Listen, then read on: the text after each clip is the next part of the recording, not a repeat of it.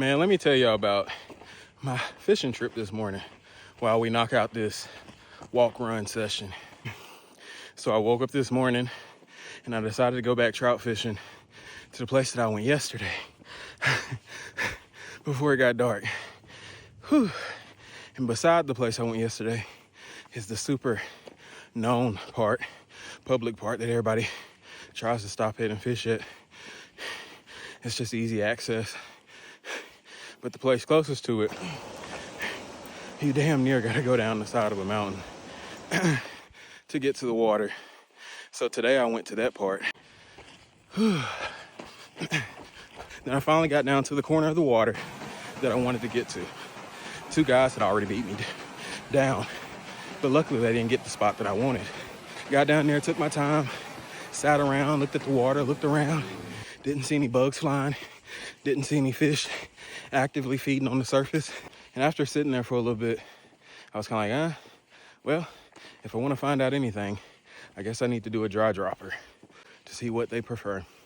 And I had come down here, I think a weekend or two before, and this guy got to talking, and he told me that these fish down here love orange and red. So if you got any nymphs that are orange and red, tie those on. So I tied me on a very bright orange nymph with a little red on it. And I used a big old dry fly, because my nymph was pretty heavy. The bead on it was. So I needed to use the biggest dry fly I had. Then I was like, dang, the dry dropper really ain't get me any kind of feedback. I mean, they interested, but they're not interested. And then I was like, well, the only thing I can try by itself that I know will work, and it works probably 99.9% of the time, it's a little dry fly. I call it my superstar fly. And I hope whoever made that, I hope it's a special place in heaven for you. Man, I tied that mug on. Instant bites. But I couldn't throw. I couldn't cast and have it land where they were. I had to cast on the outside of the circle and let it drift. And as soon as I started doing that, hooked into the biggest rainbow of my career yet. Unfortunately, I didn't get that rainbow.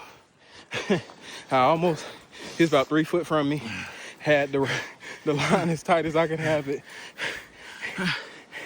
trying to hold the line up and scoop with the net with the other hand.